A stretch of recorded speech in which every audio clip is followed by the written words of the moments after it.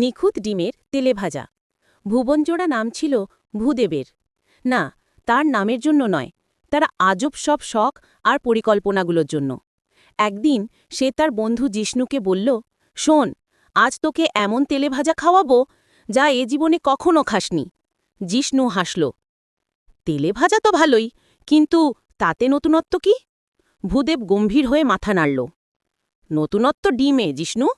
ডিমটাকে নিখুঁত, একদম এরোডাইনামিক, হাওয়ার মতো আকৃতি দিতে হবে, তবেই তার স্বাদ হবে জগৎ সেরা। প্রথম চেষ্টায় ভূদেব ডিমটাকে একটা ছোট্ট হাতুড়ি দিয়ে আলতো করে পিটিয়ে গোল করার চেষ্টা করল। ফলাফল, ডিমের খোসা ভেঙে কিচেন কাউন্টারে ডিমের স্রোত। জিষ্ণু শুধু একটা দীর্ঘশ্বাস ফেলল। ধুর, বলল ভূদেব, হাতে নয়, প্রযুক্তিতে কাজ হবে।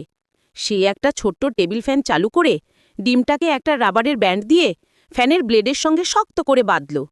এবার হাওয়ায় কাটতে কাটতে এরোডাইনামিক হবে।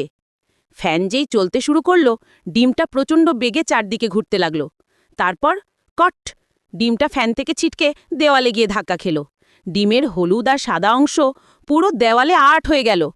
আরে ধ্যাত, ভূদেব কাদো কাদো মুখে বলল। জিষ্ণু এবার উঠে দাঁড়াল। শোন ভূদেব, ডিমের তেলে ভাজা বানানোর জন্য ডিমটাকে তেলে ভাজলেই হয়, ওকে রকেট বানানোর দরকার নেই। ভূদেব তবু হাল ছাড়ল না। না না, এবার আমি মাধ্যাকর্ষণ শক্তি ব্যবহার করব। সেই একটা বড় পলিথিনের ব্যাগে ডিমটাকে রাখল। ব্যাগটা সিল করে ফ্রিজের ওপর থেকে মেঝেতে ফেলে দিল। পড়ার সময় বাতাসের চাপ ওকে নিখুঁত করবে। ব্যাগের ভেতরে ডিম তো ফাটলই, সাথে ব্যাগের মুখটাও খুলে গেল। ভেজা থকথকে ডিমটা মেঝেতে পড়ে একটি লম্বা, বিচিত্র এরোডাইনামিক স্লিপারি রেখা তৈরি করল। জিষ্ণু সেই রেখা দেখে হো হো করে হেসে উঠল। আচ্ছা, ভূদেব ভেজা হাতে মাথা চুলকে বলল, নিখুঁত ডিমের তেলে ভাজা তাহলে হবে না।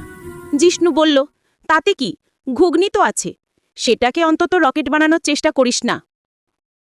দুজন বন্ধু ঘুগনি খেতে খেতে হাসতে লাগল।